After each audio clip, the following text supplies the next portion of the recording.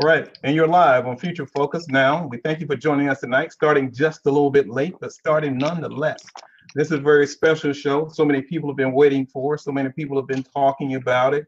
I've been getting Facebook messages, I've been getting tweets about it, I've been getting Instagram posts about this show because everybody knows that the world famous Stephen A. Smith is in the house. We're glad that he's going to join us today. This is a very special show. Call your friends. Tell them to go to Facebook, go to 90.5 FM on our WSNC radio station, and you can see Stephen A. and I live as we have a conversation. Future Focus Now, bringing you the best in conversations around the country, some of the leading experts in the area. We're lucky tonight to have Winston-Salem State University's own Stephen A. Smith in the house. Let's bring Stephen A. in. How you doing? How's everything? Can y'all hear me? We can hear you, man. How are you doing, by the way? I'm doing all right, man. Family's healthy. I'm healthy. Nobody's here contracted to the coronavirus. It's been really tough to not be at work. But my situation and my plight doesn't compare to millions of Americans out here. 36 plus million people have filed for unemployment and stuff like that. These are some really dire times, but it's a great country and we find a way to adapt and overcome. And I'm confident that we'll definitely do that again. So that's where my mind is right now. And I've been working. I certainly haven't had a day off. And so, it's my responsibility as best I can to bring a level of normalcy when people turn on that tube, try to give them what they expect to see. And that's what I try to do. And we appreciate that. And you do that well. And you make us all proud here in Winston-Salem. And it's certainly Winston-Salem State University. Stephen A., I've been looking forward to this conversation for a while. We know about you and we know all the things that you have been doing over the years. I want to begin this conversation with you around your time at Winston-Salem State University. And so I want to begin there because I think that really kind of sets the stage for who you are and what you have become. I want to start with something that I heard you talk about. I don't know when it was. I was listening to a podcast, and you were talking about your time here at Winston-Salem and at Winston-Salem State. And you mentioned that you oftentimes come back to this city, and you have a ritual that you go through to remind you from where you came. Can you talk a little bit about that for us? Well, at the time that I graduated, Winston-Salem State, I was there from 88 to 92. And it was the best 4 years of my life, to be quite honest with you. I thoroughly enjoyed myself. It was an otherworldly experience because I was coming from the streets of Hollis, Queens, New York City, and, wondering about what my life was going to be like and what have you. And be surrounded by a bunch of people on campus who looked like you, shared a cultural identity with you, rooted for you, inspired you, chided you, motivated you, et cetera, et cetera. It was just something that, it was more than I could have ever dreamed about. And then when I graduated, I graduated in December of 1991, actually, and I marched in May of 1992. And after I graduated, even before I graduated, I had done internships. I was a clerk at the Winston-Salem Journal. I was a weekly writer for the Winston-Salem Chronicle before that, covering Pop Warner football and stuff like that. I went back to Winston-Salem Journal. I went to the Winston-Salem Journal and was doing stuff on the news side as an internship, gaining some credit semester hours for that. And so once I had graduated, I had done an internship at the Atlanta Journal-Constitution. But and then after that, then I got hired as an editorial assistant at the Greensboro News and Records High Point Bureau. And I was doing calendar items and school lunch menus and birth listings and stuff like that. And the bureau for the High Point Bureau for Greensboro News and Record was right off of Main Street in High Point. And so I lived literally about 6 or 7 miles up at Archdale, North Carolina. And one of the lowest moments of my life was when I lost my brother. My brother had passed away in a car accident. He had died in a car accident in Waco, Texas. He was my big brother, my only brother. He's 9 years older than me. And so I was devastated by that. And it was one of the most miserable times I ever had because I knew I wouldn't have him any longer. And then ultimately, after departing from the Greensboro News and Record, while I was there, I kept in touch with the sports editor for the New York Daily News. And I kept sending him my clips or whatever. And I told him I would like to meet him. And when he was in the office one day in New York City, when I came home for the holidays, I asked him, could I come by? He said yes. I asked him for 2 minutes, and I made sure that I only took 2 minutes, because that's one of the tricks of the trade that I try to teach youngsters. Don't sit up there and ask somebody for 2 minutes to take 20 or 30 minutes. They'll never want to talk to you again. Right. When you say 2 minutes, make sure it's 2 minutes. And so I walked up to him with resume in hand. I shook his hand. I attached a face to the name because I had been calling him and sending him my clips. And I said, if you have an opportunity, I would love to, for you to consider me for it, whether it be as a freelance writer or anything like that. And I had handed him my resume, and he had already seen some of my portfolio because I had been sending him clips of mine for the previous 6 to 8 months. And so when a freelance position opportunity presented itself, he hired me for that. I knocked that out of the park. And months later, he hired me as a full-time high school writer to jumpstart me in this business. And so knowing that, and knowing the road that I've had to climb throughout the years, since 1992, I make it a point at least once a year, whether I drive all the way from New York or New Jersey down to Winston-Salem, or now I can afford to fly, obviously. Sometimes I fly, whether it be to Charlotte or the Greensboro. I always make it a point to drive back to High Point and take that same path from that office all the way to Archdale, make a left, go down to the apartment complex that I lived at in Archdale for about a year and a half. And I always stop at the top of the hill right there, and I look into the apartment that I used to live in, because that was where I was when my brother died. It was where I was when I was making $15,150 a year, living off of tuna fish and Kool-Aid and driving a Mercury Topaz. And I do that to remind myself of how far I've come. And I've done it every year for the past 27 years. And that to me is an incredible story. When I heard you talk about that, it really kind of just warmed my heart. Stephen A., you've been in the business, you've risen to stardom, you've never forgotten Winston-Salem State University and HBCUs. And we can't say that about every celebrity. What is it about that experience that allows you to continue to promote it and tell the Winston-Salem State University story? Well, first of all, grace to God always, first and foremost. Grace to my mother, who passed away nearly 3 years ago, the greatest woman I've ever known in my life. And also grace and gratefulness to the great legendary Clarence Big House Gaines, who brought me there to Winston-Salem State on a basketball scholarship. If it wasn't, obviously God has blessed me tremendously.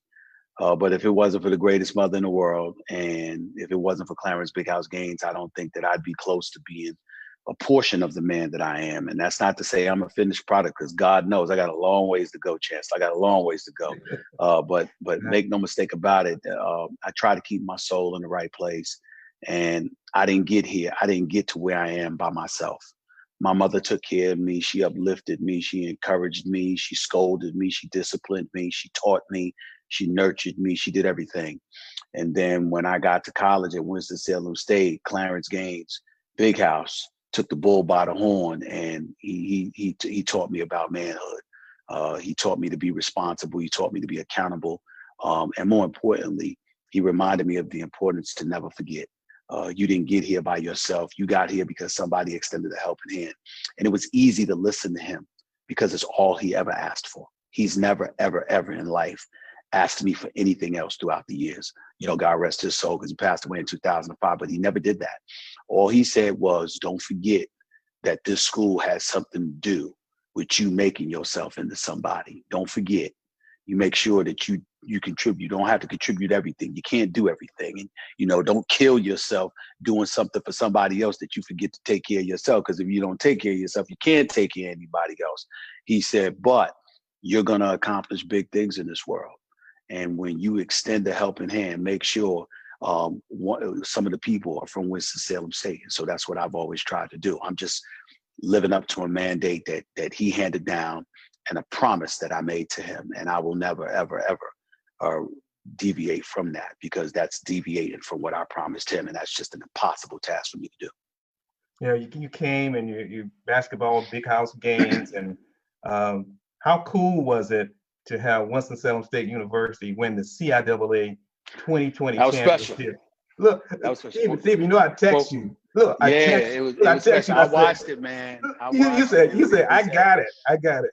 I was worried. I was worried because I thought they were fading a little bit, but your boys came through, and Cleo Hill Jr. did a phenomenal job coaching. I'm so proud of the job that he's done. I'm a huge fan of his, and what he's been able to do. And it was Ram pride. Make no mistake about it. You fight, you scratch, you claw, you do whatever it takes.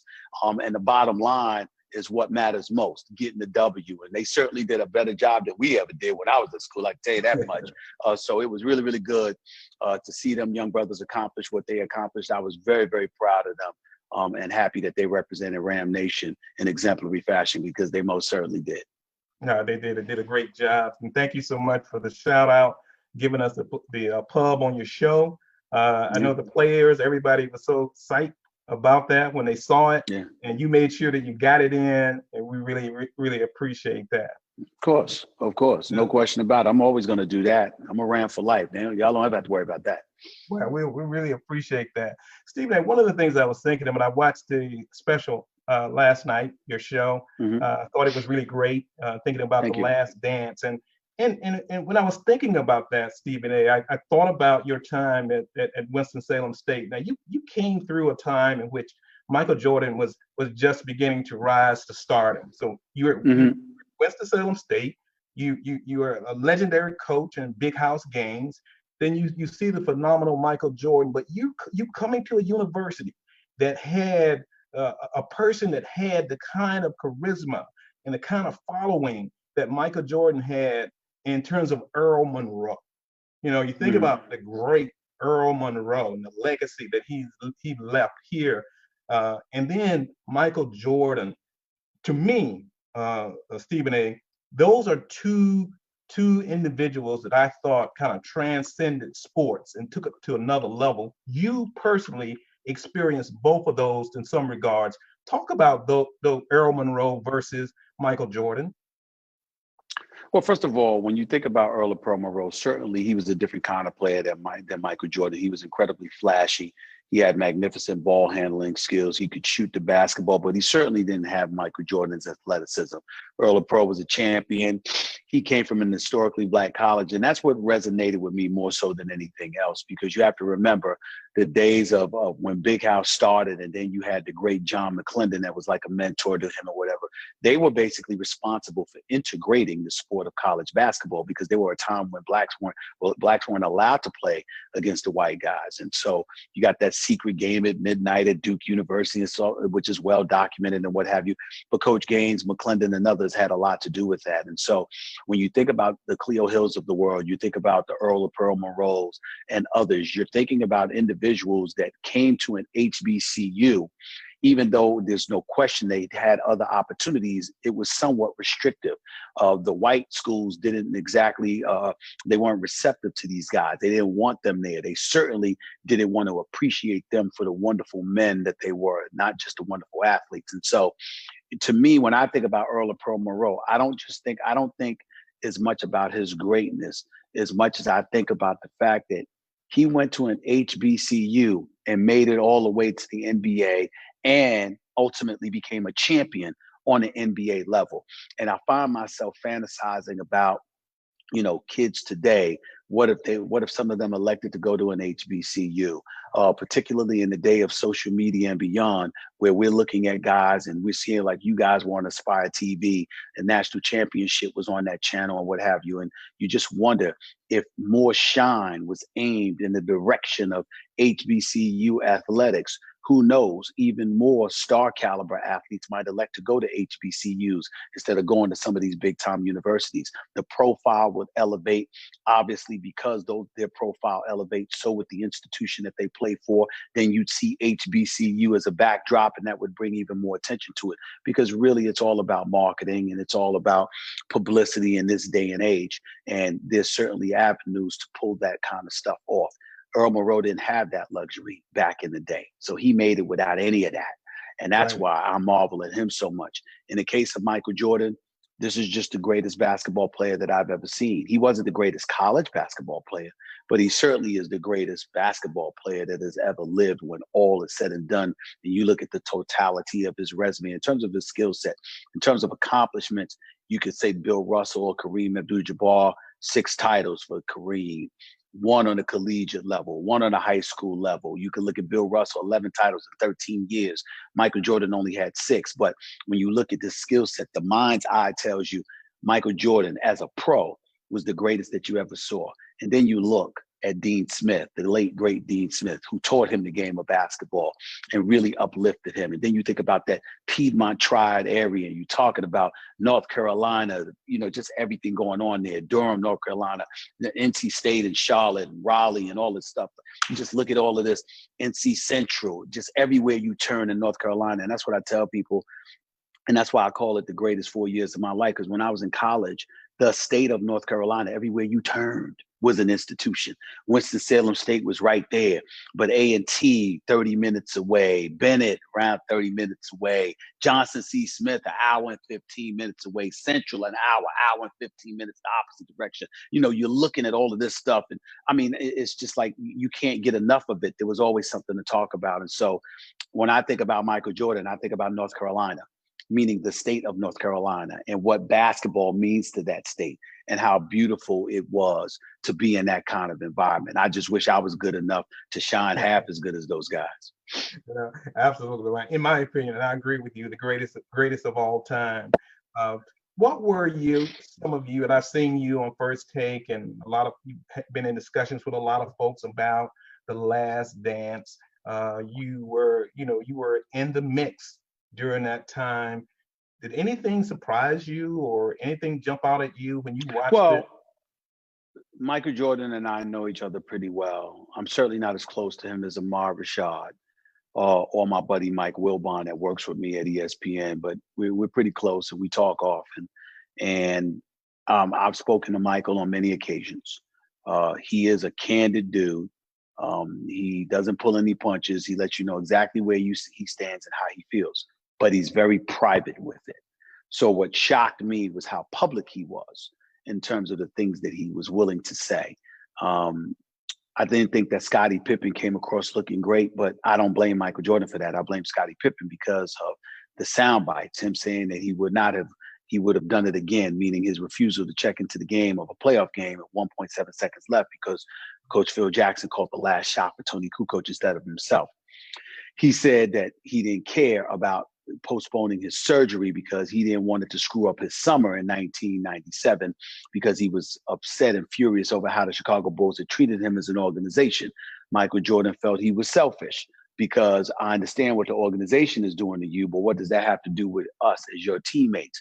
We need you here. And you were willing to miss the first 35 games of the season and put this load on our shoulders because you were upset at others within the organization after signing a bad contract. And so you look at stuff like that and, it took you aback a little bit that happened. But nevertheless, I think that, Horace Grant going at Michael Jordan a little bit earlier yesterday, people have their reasons. You understand it. They know the truth more than folks like myself and others do. We get a taste of it. We certainly get different perspectives. But unless it directly involves you, you never fully know whether what you know is totally true. You can only rely on the sources that provide you the information. And in my case, they're the direct sources because I spoke to Michael Jordan. I spoke to Scottie Pippen, stuff like that. So I know what they've told me. But in the end, what it comes down to is that there's Jordan and there's everybody else. And one of the things I think is incredibly important to teach young minds coming into corporate America is that this notion that everybody is equal is false. We equal as human beings. humanity, from a humanitarian perspective, of course, we should be equal. In terms of core decency being extended to us as human beings, yes, there's equality there. But in a capitalistic society, there are haves and have-nots, and there are people who are elevated above others. And when it comes to the game of basketball, I don't care who you are. You ain't Michael Jordan. You're not him. And so to anticipate and expect that you're going to be treated on that level, it's just foolish. It's just foolish. And it's important that people understand that.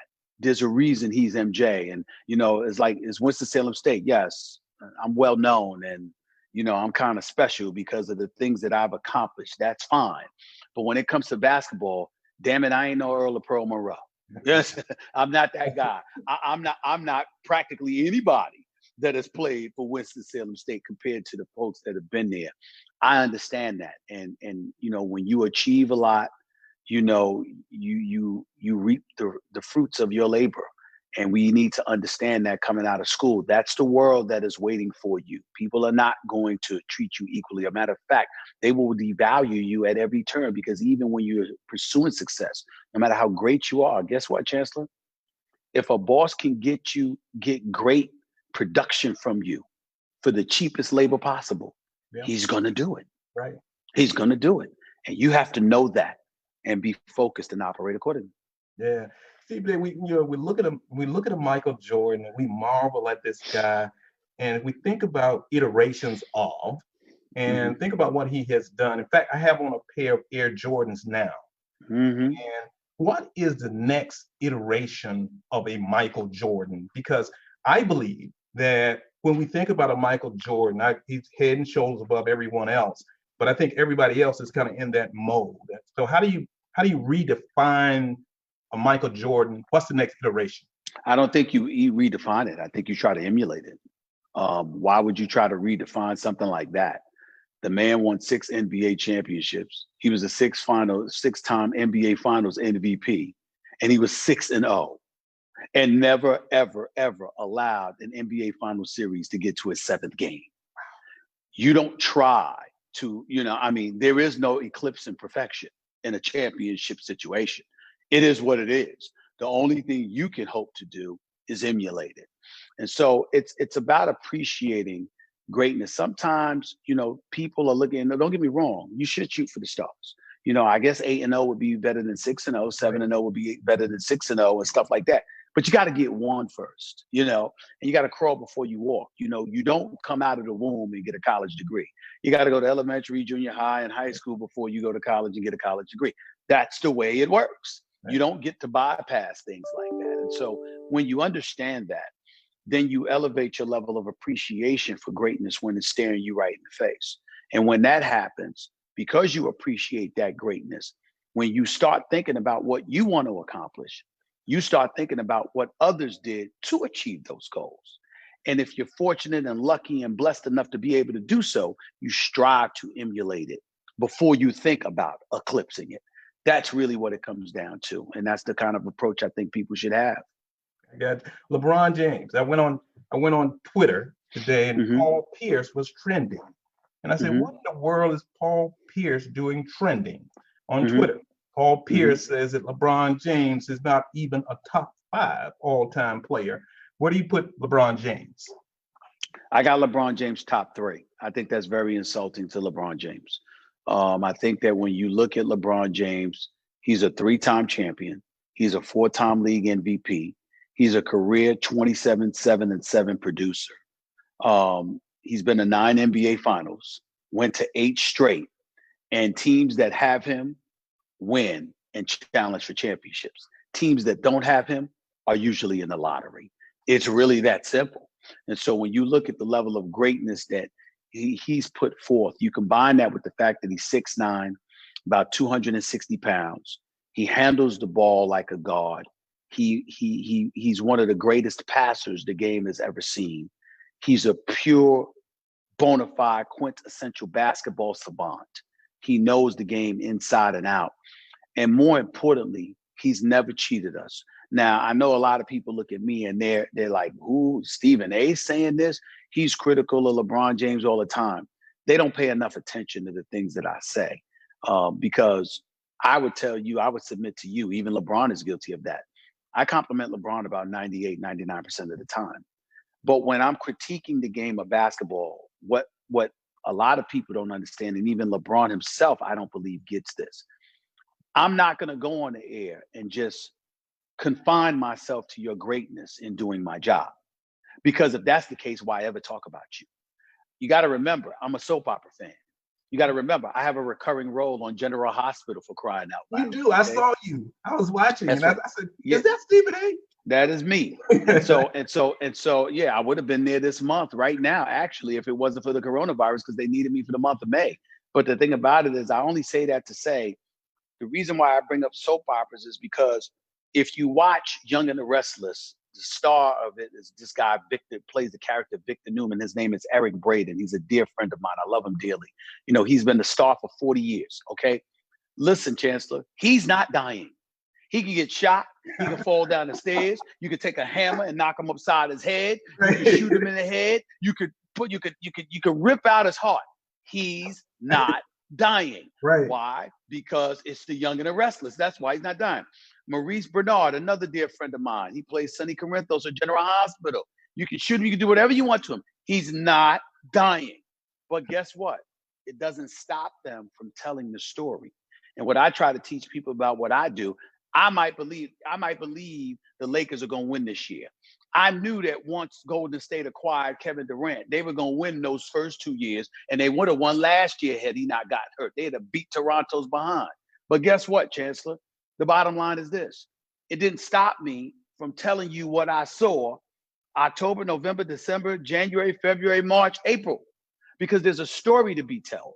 And so people don't get that. It's not that you're looking at a guy and saying, he's nothing, he's not this, he's not that. It's that, no, I'm not going to just push ahead and ignore the process, because that takes away the fandom from the game. And that's not what we do. And so for me, what I try to do is teach people, look, man, you're out there watching this game. I'm right there with you. You're watching it, I'm watching it. We're seeing what transpired, I'm seeing what transpired. It could be the barbershop, it could be any place, it could be home, it could be a barbecue, it could be anything.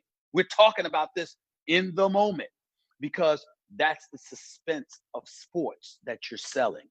And that's what I'm trying to say about LeBron. LeBron may not be Michael Jordan, but LeBron is so great at what he does. You have to bring up names like Kareem and Bill Russell and Michael Jordan and Magic Johnson to dismiss LeBron James. You literally have to bring those names up to dismiss him, because it takes that level of greatness to ignore what he has accomplished. Fantastic. I want to ask you one other sports personality question, and I want to get into the craft where you can educate some of our students about career pathways. You created a little conversation today when you said you thought that Jason Tatum could end up being the best player in the NBA. Mm-hmm. Yeah. So the brother's 6'9", got a handle, shoots nearly 40% from three-point range, nearly 45% from the field, can finish at the basket. He's athletic. He's long. He can defend. What's the problem? I mean, I don't see anything. I mean, he's averaging right now when the lockout took place, he was averaging nearly 24 points per game on nearly 45% shooting, nearly 40% from three-point range. You know, and so when I look at him, and he's only 22 years old. I mean, this guy can really, really ball. He played 1 year at Duke. All right. Had he played another year, you would have seen it for yourself even more. He's a special, special talent. And I believe that Luka Doncic is big time. I believe that Zion Williamson is a freak of nature. I get all of that. But let me tell you something. Look at this guy, Jason Tatum. Tell me, what can he do? He's a better defender than Luka. He's a better three-point shooter than Luka. He's more athletic than Luka. Luka is just brilliant up here. He has magnificent ball handling skills. He can play the point guard spot. He can pass, and he can shoot himself. But Jason Tatum is taller. He's more athletic. He shoots better, and he's a better defender. He may not be box office, but he can ball. I stand by what I said. Oh, no, I believe it. Look, it warms my heart. I've been a Celtics fan all my life. Mm-hmm. So I follow the Celtics. So to hear you say that, I kind of agree with you. I think he's that kind of talent. He's got that potential. Yep. So one of the things we see, Stephen, and I see you really kind of all over the place, doing a lot of different things, television, radio, social media, podcasts.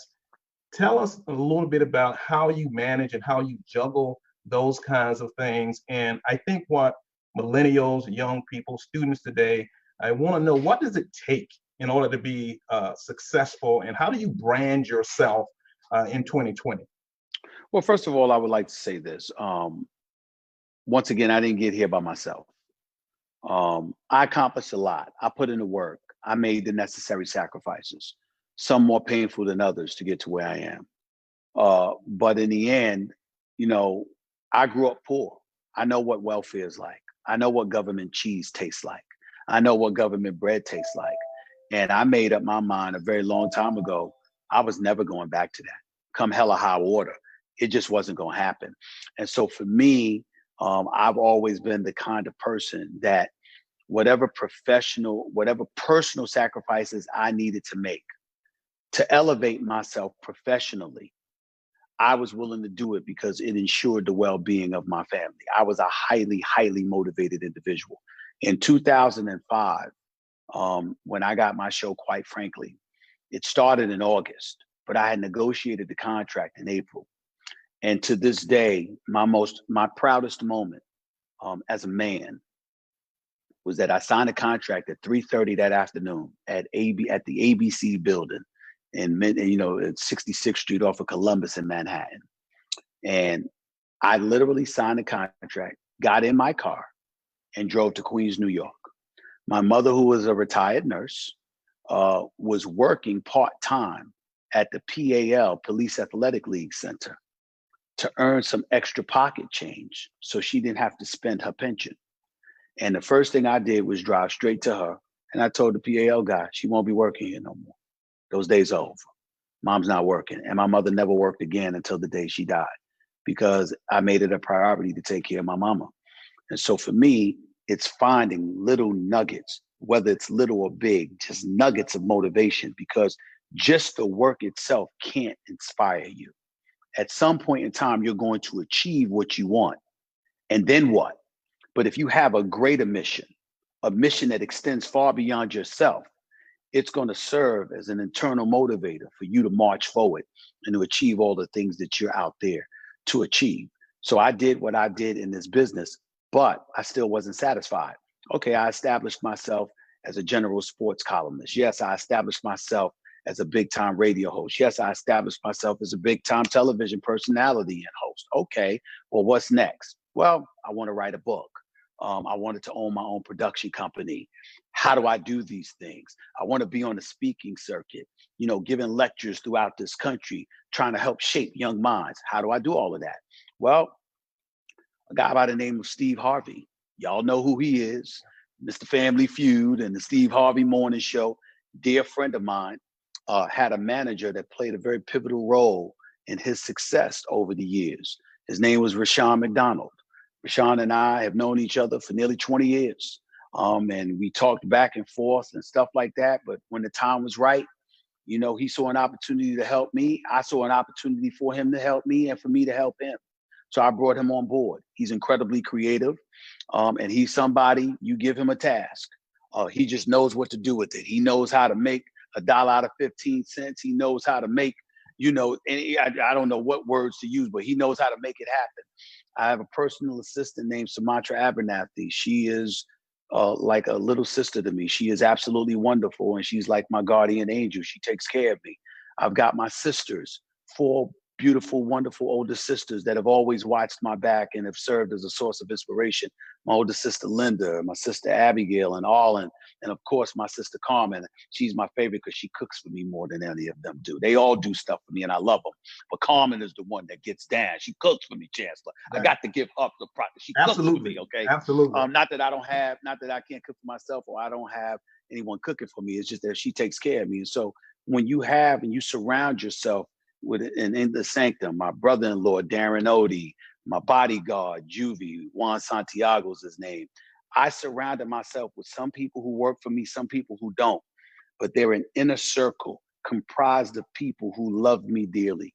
and watched my back and enabled me to do what I do while taking care of me and watching my back so I can take care of the people that I love. My daughter Samantha and Nyla, who are just my everything, and my sisters and my nieces and nephews and people that I love, that, you know, I just have an inner circle of people that love me and I love them back, and they watch my back and they take care of me, and that's what I do. Man, that's great. Stephen A., how do you stay cutting edge? To me, it's just about being real. I think that people can spot phonies a mile away. I think if you're inauthentic, if you're the kind of person that you don't believe what you say, or you're just doing things to get over, you're doing things for ratings, you're doing things because this will get clicks, or this will have an impact and stuff like that, people can spot a phony. And I think that for me, I don't consider myself cutting edge. I just consider myself real. Because I'm real, people call me cutting edge. And I'll take it. If that's what they feel, that's what they feel. I could care less how they classify it. You know, my goal has always been, when you look at me, you see me, you know I mean what I say. That's the biggest thing. It's not about whether you agree with me or not, because I'm not always right. I am imperfect. And if you're wrong, people can tell you that you're wrong, and it's okay. You know, if I made a mistake over the airwaves, I don't apologize in private. I apologize on the public airwaves because that's where I made the mistake. It's the fair-minded, decent thing to do. That's what I believe. But I think more importantly than anything else, my confidence comes from, I know I do my homework. I know that I'm thorough. I know that I'm pretty gifted in my oratorical skills. And more importantly than anything else, I know that I am real. What you see is what you get, for better or worse, because I don't worry about PR like that. That's for other people to concern themselves with. That ain't gonna bog me down. And I think when people see me, they know I'm the real deal in terms of I mean what I say. And I think they appreciate that. As a result, they trust me in terms of what I'm giving them is what I believe, and they value that. You said a lot, Stephen, and I really appreciate that. You know, here at Winston-Salem State University, we sent students home, and students didn't finish the semester. They weren't able to graduate. And so we had a virtual graduation for our graduates. Saw President Obama talk to the graduates. Say a few words to our graduates in terms of just graduating from Winston-Salem State University, going out into the world, based upon your experience in terms of what you know. What are they in for, and what should they expect, and how should they navigate the world? Well, here's what I would tell you. Here's my biggest thing. The world doesn't owe you anything. Students hear that all the time. Mm-hmm. You know what they don't hear, Chancellor? The world knows they don't owe you anything. They don't hear that enough. That's a very, very big thing.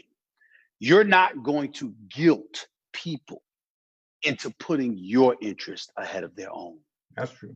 Or what they deem is a bigger priority than you. You're not going to do it. You have to make sure you discover your own value. You have to find out who you are, what makes you special, and go from there. I apologize. Somebody accidentally turned the lights off in my house. I apologize.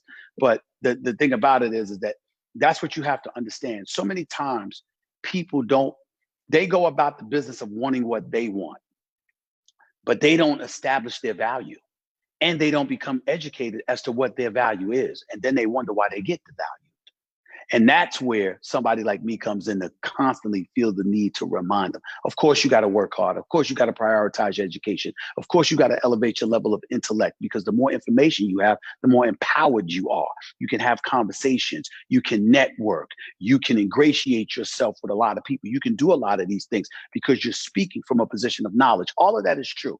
But I'll share a story with you, Chancellor, that I never have. In 2009, I'm sorry, ESPN decided to let me go. We had a contract dispute. I thought I was worth more than they thought I was worth. People was in the streets yelling my name, Stephen A, everywhere I went and all that stuff. And I thought that there was value to that. They said, there is value to that. But here's where we think the value is for you. You think it's here. We think it's here, right? We had a contract dispute. I turned down the offer. They decided to do without me and let me go. I was unemployed for a year. I lived off my savings. I didn't earn a dime.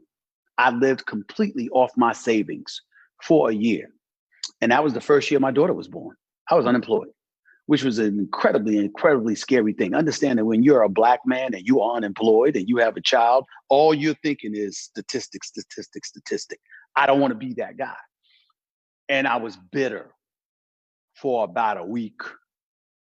And my mother was like, all right, after a few days, yeah, we see you. Okay, you're upset. What did you do? And what you mean what I did? I performed. I did this, I did that. What are you talking about, mommy? I performed. She was like, evidently not well enough. What did you do? What could you have done better? And so I had to sit back and reflect on the decisions that I made and the things that I did to curtail or to hinder my progress. And so what happened was this. All of a sudden, I looked back and I reflected on it and I said, I turned down this contract. But the truth is, I didn't know my Q score. I didn't know my ratings. I didn't know what level of ratings I generated and how comparable that was to my contemporaries in the business. I had none of this information. All I had was emotion. I'm worth this because I'm Stephen A. and I see people yelling my name in the streets, and that was that. I literally left it at that. And it turned out that my dismissal, their refusal to renew my contract, is miserable and as depressed and as heart-wrenching as I was, as heart-wrenching as I was. It was the best thing that ever happened in my career. Because from that moment forward, I educated myself about the business. All of a sudden, I'm doing radio and I'm paying attention to the advertisers and sponsors. Who's sponsoring my show, who the advertisers are, what exactly is it that they're looking for. All of a sudden, not only did I have a radio show, I paid attention. Who's my demographic? Who's watching? Who's listening? What are they listening for? Why do they listen to me more than somebody else? What's the content that they want? I went back into television. What happens? Do you know, Chancellor, that we get our ratings for every quarter hour? Every quarter hour, every 15 minutes, the ratings that we get, it's compartmentalized in the 15-minute increments per hour. So the next day, if I just did the show this Wednesday on First Take, by tomorrow afternoon, I know what I did from 10 to 10:15, 10:15 to 10:30, 10:30, 10:45, 10:45 to 11 o'clock.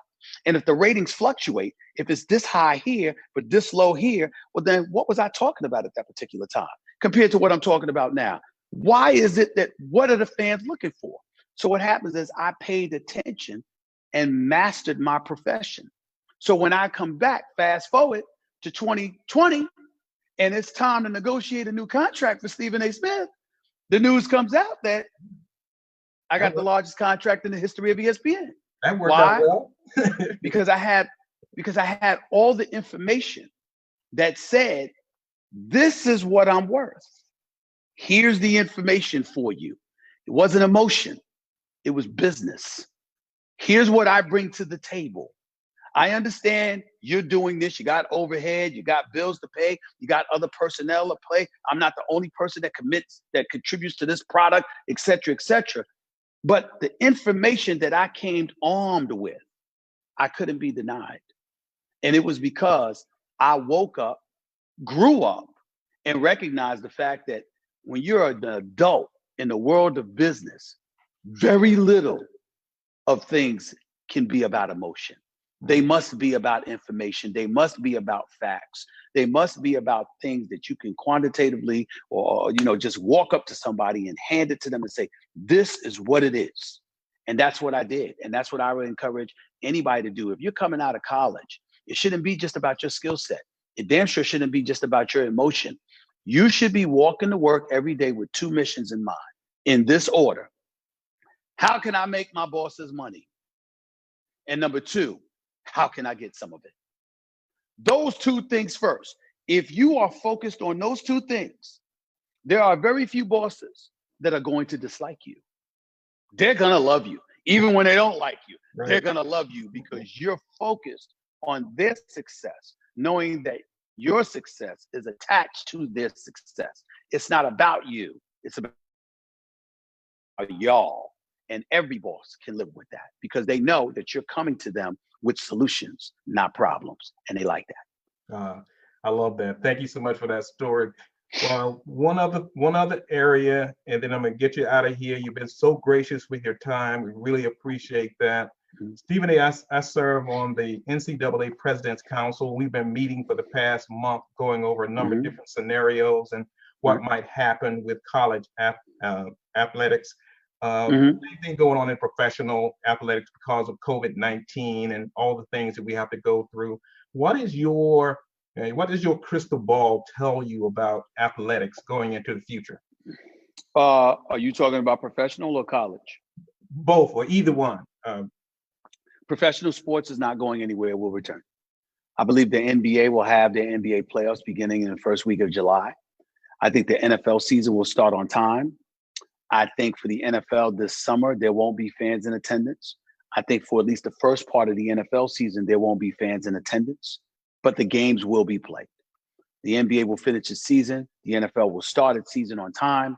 They will move forward from there. I think tennis, golf, boxing, UFC, because of the minimal amount of contact, you can literally perform while engaging in social distancing in golf and tennis, okay? To some degree, you could pull that off in baseball as well. Boxing and UFC, not so much, but it's not like it's 12 people on the field at the same time, 11 people on the field at the same time, or 5 people on the basketball court at the same time. It's a little bit different.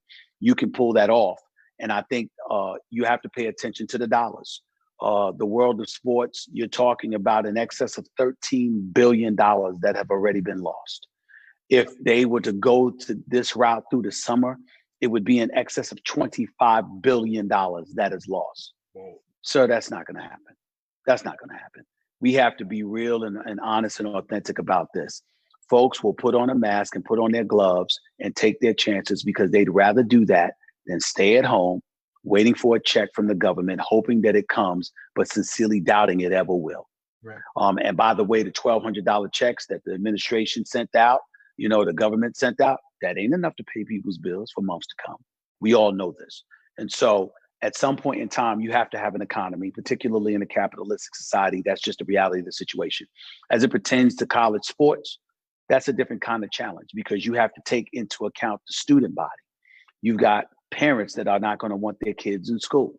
You've got parents that have more control because they're technically still kids, not adults, and they're under their parental supervision. And there are certain things that they're simply not going to approve and they're not going to go for. That's going to be incredibly challenging, not to mention the discrepancies. You've got Big Five colleges, for example. They can have football games and you still air it on television and they still can bring in a chunk of money. What about those that are not associated with Big Five conferences? What are they going to do? What about Division II schools? What about Division III schools? What are they going to do? You just don't know. And so it becomes incredibly, incredibly more difficult, particularly considering the fact that there's no leader in the NCAA when it comes to the football. There's no leader. It's very leaderless. And so it's definitely a challenge. So my answer to you would be pro sports will return full throttle. College sports, that's a huge challenge. It's a huge question mark. I don't have the answer to that, but I've been unpopular for saying this, but it's just the truth. This coronavirus pandemic has obviously disproportionately affected Black people. We all know this, okay? It's been well documented. And I've often said, when white folks catch a cold, Black folks catch pneumonia. No matter how it is for white folks, it's always 10 times worse for Black folks. And so when you see that 36 plus million people have filed for unemployment, how many of those people, in terms of proportion, from a disproportionate perspective, how many of those people do you think were Black? Service industry, obviously, you just look at just a variety of things, the congestion. Black folks live, particularly in New York City. A lot of Black folks are living in apartments, not homes, and all of those kind of things. That's why you get disproportionately affected. What do you think folks are going to do? You think they're going to stay home? I am telling you right now, I wouldn't. So safety is first, safety is paramount. Every measure must be exhausted in order to get our house in order medically, or from a hospital perspective. Personal protection equipment, hospital facilities, medical workers, they need to be the priorities, because you're not going to find a vaccine, according to them, until at least the end of the year, which means that you got to proliferate the amount of tests that are available.